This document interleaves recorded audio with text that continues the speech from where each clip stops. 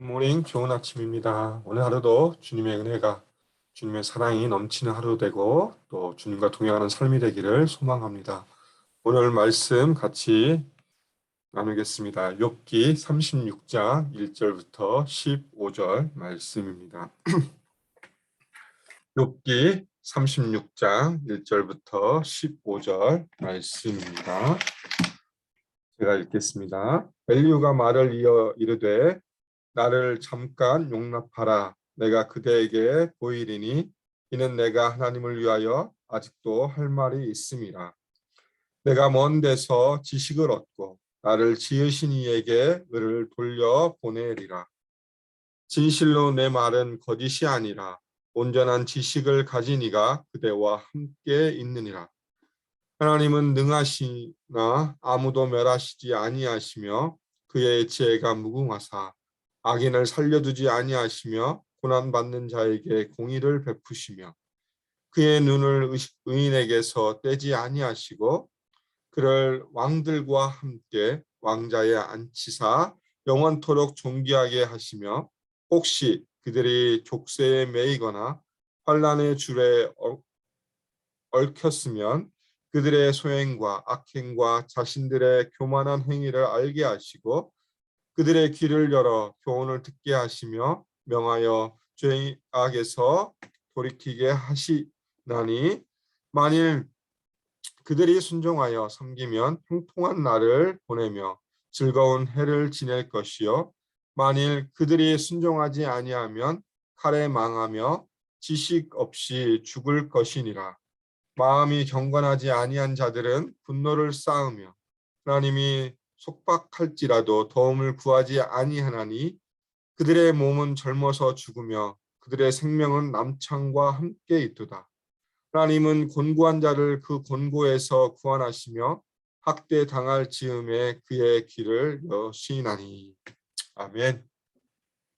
오늘 우리가 살펴본 말씀은 욥기 36장입니다. 욥기 36장은 엘리후의 마지막 변론, 네 번째 변론인데요. 32장에 등장한 엘리후가 33장부터 시작해서 37장까지 말을 계속 이어갑니다.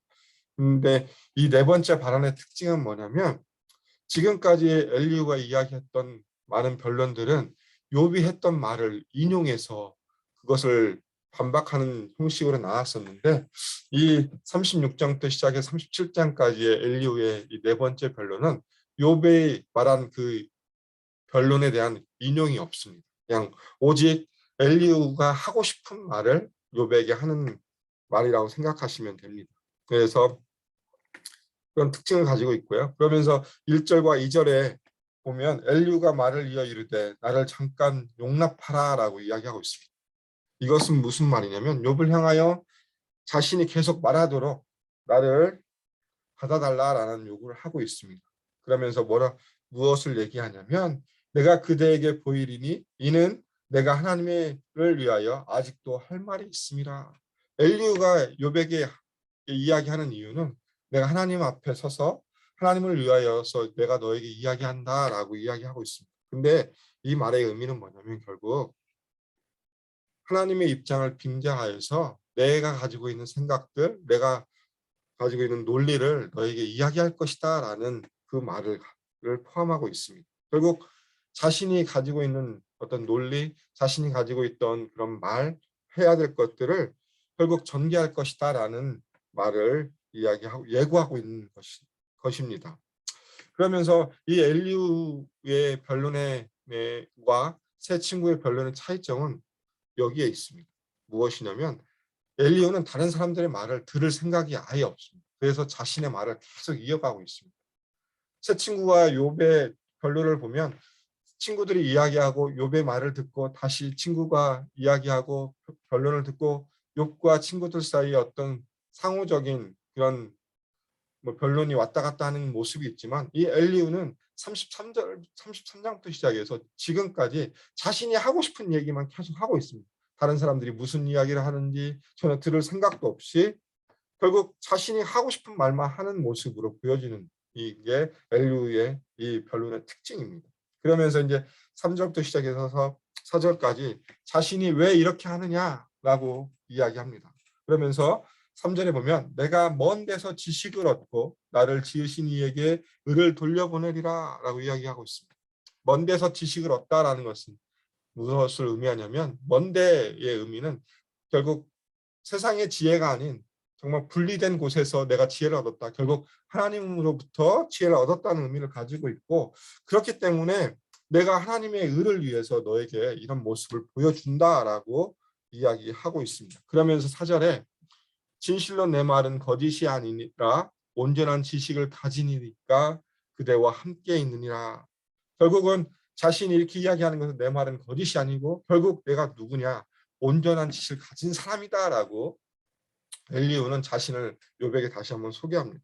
어떻게 보면 자기 자신을 정말 지혜롭게 여깁니다. 뭐 요즘 말로 하면 자뻑에 빠진 사람이죠. 스스로의 어떤 자기의 내가 이만큼 잘난 사람이야라고 얘기하는 모습이죠. 그것이 바로 온전한 지식을 가진 이가 나다라고 이야기하는 모습으로 분명하게 보여지고 있습니다. 근데 결국 이 말은 무엇이냐면 다른 사람들의 말을 듣지 않으려는 태도를 가지고 있다는 것을 분명하게 보여주는 모습입니다.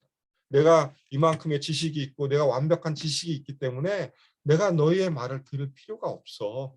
결국은 내 말만 들으면 돼라는 의미를 가지고 있고, 결국 자신의 우월감, 자신이 가지고 있는 지식의 우월감을 드러내는 말임과 동시에 한편으로는 세상에서 가장 어리석은 자의 모습이지 않나라는 생각을 해보게 됩니다.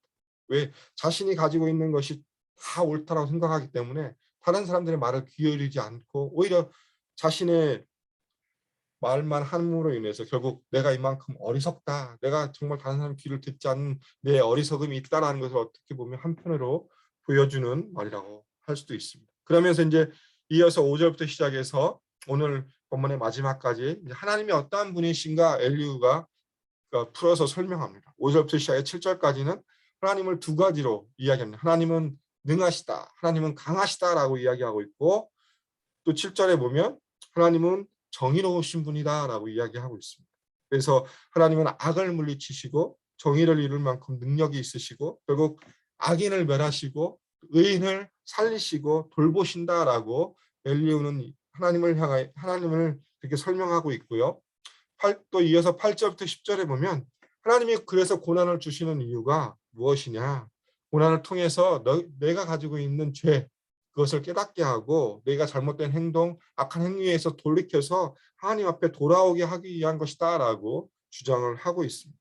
결국 5절부터 시작해서 10절까지의 말씀을 통해서 보여주는 엘리후가 하나님을 향하여 설명하는 모습, 하나님은 강하시고 정의로우시고 악인을 멸하시고 의인을 보살피시는 모습, 그리고 고난을 주신 이유가 회개를 통해서 너를 회복시키시기 위해서, 구원을 시키시기 위해서 너에게 고난을 준다라고 이야기하는데, 결국 이것이 보여지는 모습은 결국 엘리후도 하나님을 결국 인식하는 모습이 잘못된 인식을 가지고 있다는 것을 보여줍니다. 하나님이 결국은 인과응보의 하나님이시다. 사람의 잘못이 있기 때문에 고난이 있고, 그래서 그 고난을 통해서 너의 잘못을 돌이켜서 회개하고 하나님 앞에 나올 때에 하나님 너에게 구원을 주실 거다라는 그 잘못된, 어떻게 보면 지금까지 새 친구들이 가졌던 그 가치관, 그 사상, 그것을 그대로 답습하는 모습으로 보여주고 있습니다. 그러면서 이어서 11절과 12절에 보면 결국 하나님 앞에 순종하는 자는 형통한 삶을 보내고 즐거운 삶을 보낼 거지만 하나님 앞에 불순종한 사람은 결국 칼에 망하고 지식 없이 죽을 것이다. 결국 순종과 불순종의 이야기를 다시 한번 꺼냅니다. 결국 이 모든 일들 가운데 내가 하나님 말씀을 순종했다면, 내가 범죄하지 않았다면 결국 하나님 너를 형통케 하고 즐거운 날을 주실 거지만 결국 내가 하나님 말씀을 불순종하고 범죄했기 때문에 하나님이 심판을 하실 것이다 라고 또 결론을 내리면서 또 이야기를 또 계속 이어갑니다. 13절 보면 마음이 경건하지 아니한 자의 모습을 이야기하면서 그 경건하지 않는 자의 운명은 결국 하나님으로부터 도움을 얻지 못하고 결국은 죽을 것이다. 그러면서 14절에 보면 그들의 몸, 하나님 앞에 경건하지 않는 자들의 몸은 젊어서 죽으며 결국은 단명으로 하나님의 심판을 받을 것이며, 뭐라고 이야기합니까? 그 뒤에 그들의 생명은 남창과 함께 있도다. 남창이 의미하는 건 무엇입니까? 우상 숭배하는 우상 숭배에 헌신된 남자들입니다. 그리고 그들이 했던 것들은 그 우상 숭배하는 장소에서 동성애를 했던 사람, 하나님이 지극히 악한 죄라고 여기는 그 모습을 빗대어서 설명하고 있습니다. 어떻게 보면 이 엘리의 말은 이 욥을 향하여 하는 또 하나의 저주라고 생각되어집니다. 뭐 우리가 수요일날 살펴본 것도 수요일날 본문을 통해서도 하나님 욥을 향하여 너가 계속 고난을 받으라 얘기하고 그렇게 저주한 것처럼 이 말을 통해서 결국 너희가 하나님 앞에 돌아오지 않으면, 회개하지 않으면 너의 생명은 젊어서 죽은 사람들과 같을 것이고 결국은 남창과 같이 하나님 앞에 가장 하나님이 원하지 않는 가증한 일을 하는 사람과 똑같다. 그런 모습으로 너는 저주를 받을 것이다 라고 하는 엘리후의 말이라고 할 수 있습니다. 어떻게 보면 엘리후가 이렇게 얘기하는 이유, 그 목적은 어떻게 보면 단순합니다. 무엇이냐면 욥을 그냥 죄인으로 단정하고 있습니다. 욥은 너는 죄인이야. 그렇기 때문에 하나님 앞에서 죄를 회개하여야 되고, 그리고 그 회개함으로 말미암아 너의 고통 가운데 벗어나야 할 것이야. 그것을 가르치기 위해서 엘리후는 지금까지 이야기하고 있다라고 있는 것입니다. 결국 자신이 가지고 있는 하나님을 향한 지식, 그 우월한 지식이 있다고 생각하고, 그래서 결국은 무엇입니까? 엘리후가 보여주는 모습은 하나님에 대한 인식이 잘못된 인식입니다. 완벽한 하나님 인식이 아니고 결국 엘리후가 가지고 있는 지식은 결국 하나님도 사람도 안중에 없이 그냥 자신이 잘났다는 그 하나만으로서 그 모습을 보여주고 있다라는 것을 다시 한번 보게 됩니다. 결국은 엘리후는 욥이 어떤 상황에 있는지 어떤 마음에 있는지 그걸 전혀 상관없이 결국 자신의 하고 싶은 이야기만 하고 있는 모습으로 비춰지고 있습니다. 그것도 하나님을 향하여서 잘못된 인식을 가지고 있고 결국 인과응보의 그 세계관 가운데 빠져서 똑같이 욥을 향하여서 꾸짖고 권고하고 책망하는 모습으로 보여지고 있습니다. 결국 엘리의 모습은 잘못하면 우리의 모습일 수도 있습니다. 우리가 가지고 있는 우리가 어떤 잘남을 통해서 그냥 고난받는 사람들에게 우리도 똑같은 모습으로 비춰줄 수 있다는 모습을 다시 한번 보여주고 있는 것이라고 생각되어집니다. 이 말씀을 준비하면서 미가서의 말씀을 좀 묵상하게 되었습니다. 미가서에 보면 이스라엘 백성들을 향하여서 어떻게 보면 하나님이 원하시는 모습이 아닌 불순종한 모습 가운데 고통 가운데 있는 이스라엘 백성들을 향하여서 미가서를 통해서 이렇게 얘기하십니다. 6장 8절에 보면 미가서 6장 8절에 보면 사람아 주께서 선한 것이 무엇임을 보이셨나니 여호와께서 내게 구하시는 것은 오직 정의를 행하며 인자를 사랑하며 겸손하게 내 하나님과 함께 행하는 것이 아니냐라고 하나님은 이야기하고 계십니다. 결국 이스라엘 백성들, 죄악 가운데 빠져있던 사람들, 또 고통 가운데 있는 사람들을 향해서 하나님의 말씀은 결국은 무엇입니까? 하나님 앞에 온전하게 서라, 겸손하게 서야 될 것을 이야기하고 있습니다. 우리의 어떤 우월을 드러내는 것이 아니라 오히려 하나님과 함께함으로 겸손함을 통해서 이웃을 사랑하고 또 그들의 마음을 들어주고 위로하는 자로 서야 된다라고 분명하게 하나님은 이야기하고 있습니다.